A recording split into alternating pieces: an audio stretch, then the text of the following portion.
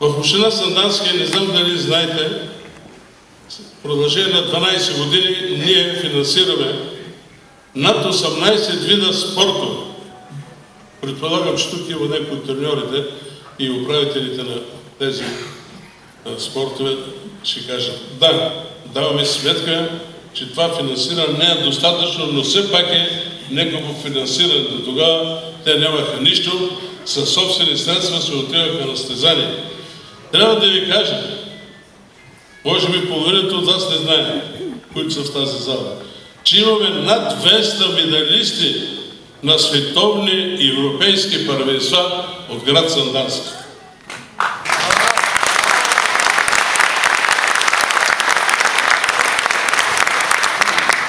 Наскоро имахме наш представител от Сандански, момчето от село Лиляново, по плуване на световно първенство.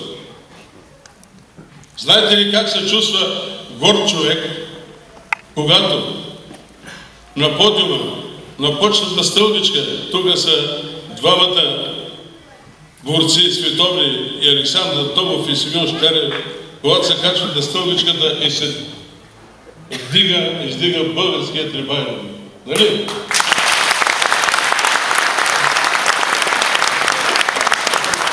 Аз спортистите и хората самодейците от общината ги наричам наши живи рекламатори на община Сандански. Това никак не е малко. Знаете, че преди няколко години, по мое време, от футболните хора много ме псуваха, много ме обиждаха, отпаднахме от тази група и така нататък. След това причините са ясни, няма да ги изпълнявам, задължения голями и така нататък.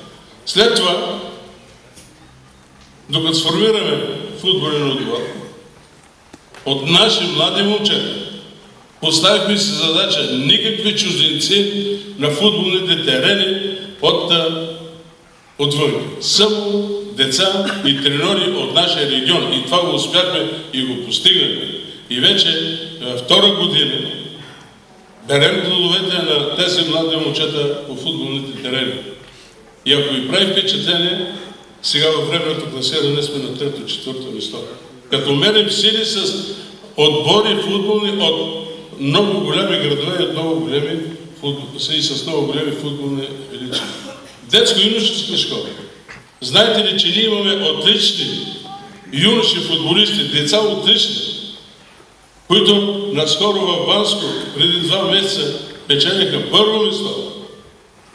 Успяхме тези млади хора да ги снабдим с модерна екипировка, с летен, зимен екип, с чанти, да се пише вихрен и когато отиват на състезание, да знаят какво отива. В това нещо успяхме да им закупим и по един екип за след матч. Не да се обличат по най-различни неща. Скоро време, за сега само, ще видите и 22-мата избранници на мъжкия отбор, облечени в костюми с емблемата на община Сандански и вихри. И когато ходят на матч, както националния отбор, виждате по телевизията се качва с костюми в самолетите, нашите не в самолетите, но в автобуса ще се качат с такива костюми.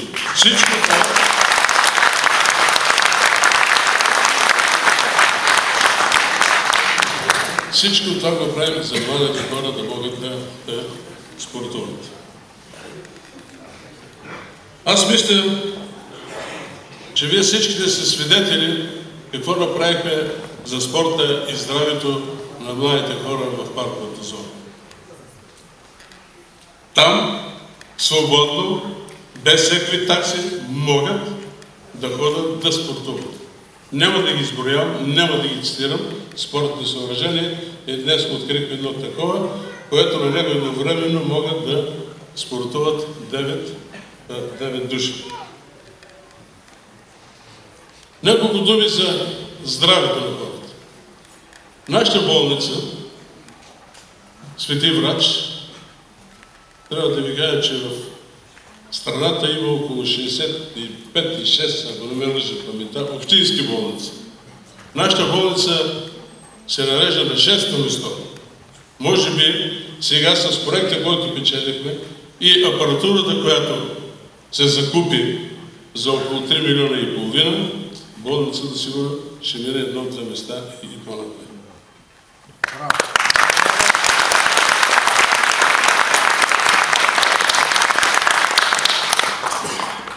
Реновирани бяха всички здравни кабинети в училищата и в детските градини. Доста от тях бяха без попълнен персонал. Всичко това се попълни и сега вече във всяко едно детско заведение имаме здравен работник в това. Разбира се, полагаме и грижи, но напоследък в страната се забелязва една тенденция от липса на медицински кадри, главно лекари и медицински сестри.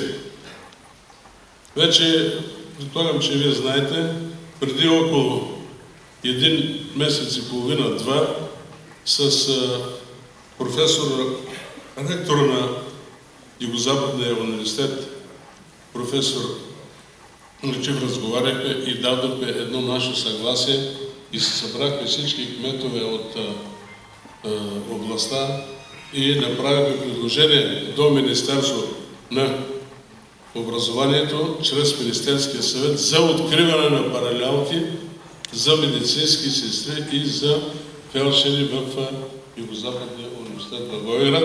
И доколкото съм информиран, за сега една такава паралелка за медицински сестри е открита.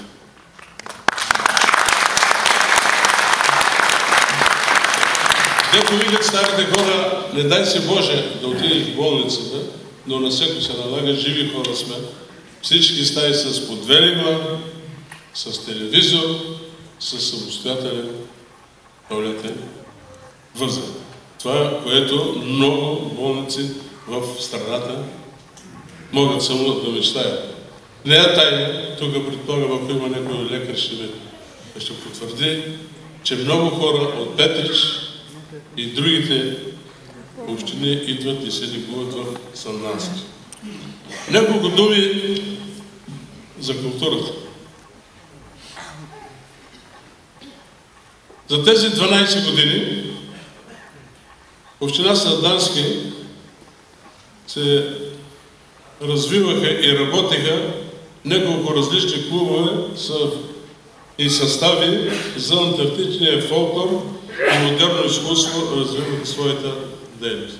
Създадохме за първи път общински танцов състав празник. Хората, които преди малко тук видяхте. Създадохме и разкрихме галерия Казаков, извинявам се. Създадохме и виждате духови оркестър, който прославя община цялата страна.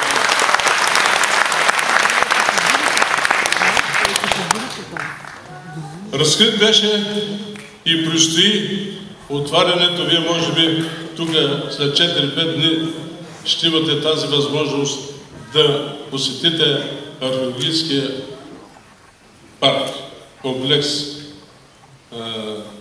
който действително говори за историята на населеното място от преди много векове. Това ще бъде една допълнителна, незаменима атракция за гостите, туристите и за жителите на Сандански, които ще го посещават. Културният обмен се развиваше успешно между съседните страни наши, Гърция, Македония. Своя продължение получиха продължение на 20 години Пиринфон, Балкански младежки фестивал. От 20 годишна възраст 13 в Сандански се произвежда. Фестивала Златния грозд в Мелник. Песни от извора в село Петрово. Възстановление беше пазара на зароби в село Страве. Отворени бяха и летни читални в градския парк. Уважаеми съграждани, през тези 12 години последователната политика за стабилно икономическо състояние в община Сандански спечели доверието на различни финансови институции. Отпуснатите масови кредити, главно за обслужване на проектите, не за заем на общината, се обезпечават 100 на 100. Без 100 на 100 ползват се редица преференциални условия, които не натоварват с нищо общинския бюджет. Заради всичко това, което казах пред вас за община Сандански, скъпи съграждани, разбира се, вероятно са пропуснали доста неща, Санданска община получи и съответно своите високи отличия. Малко нескромно от моя страна, но през 2015 година бях удостоен с високото отличие кмет на годината.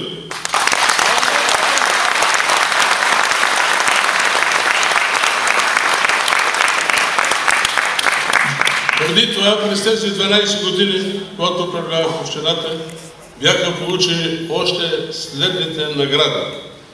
Награда от Министерството на регионалното развитие с министър Лиляна Павлова за най-добро изпълнение на договор по оперативна програма Регионално развитие 2007-2013 година.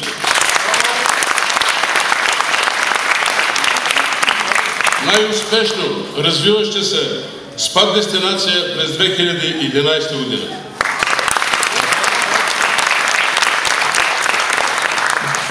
Златна награда за най-динамично развиваща се туристическа дестинация в Република България. И кредитен рейтинг за стабилна и перспективна община.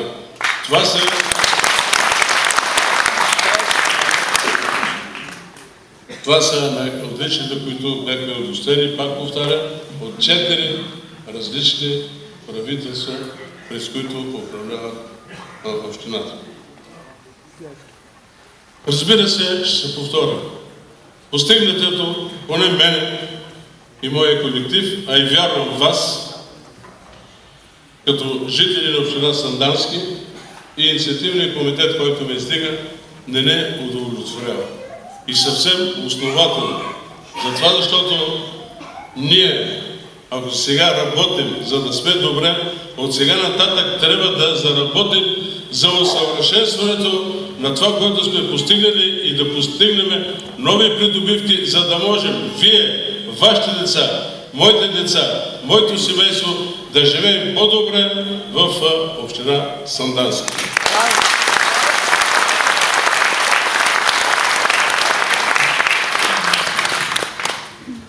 Благодаря ви за вниманието. Мисля толкова по това, което постигнахме, тъй като и времето доста напредва. Предполагам, че вие на входа на всеки от вас ви раздадем една моя програма, предизборна програма за развитието на общината през 2015-2019 година. Вътре има всичко, което касае цялостното културно-историческо, социално развитие на община Сандански и цялостното подобрение на живота на вас, хората, които живеят в Сандански. На последната страница искам да ви кажа, че тази програма не е затворена и фиксирана. Напротив, тя е отворена. И аз ще бъда благодарен на всеки от вас да дават препоръки за подобряване на живота на вашата улица, на вашия квартал, на вашето село, на нашата община. И накрая, тук има оставено едно празно място, за да може тези препоръки да ги дадат.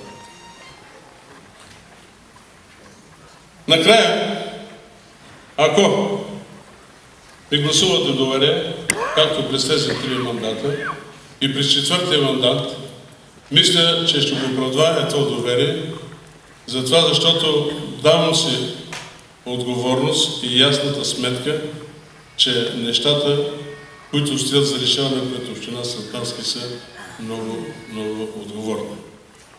И нещо към моите опоненти. Както каза и господин Стоянов, ние ще водим една позитивна предизборна кампания. Няма да хулим нито ни оня. Няма да хвърляме по мир, по който и да било. Към моя допреди 3 месеца приятел, който идваше при мен, Яне Янев, искам да му кажа да ме даде един път завинаги на всички окръжни и главни прокурори в Република България и на европейските и спре да ме дава в неговите речи, ще го дам този на прокурор, ще го вкарам в затвора. Това е моята препоръка към него. На 25 октомври не забравяйте бюлетина номер 19.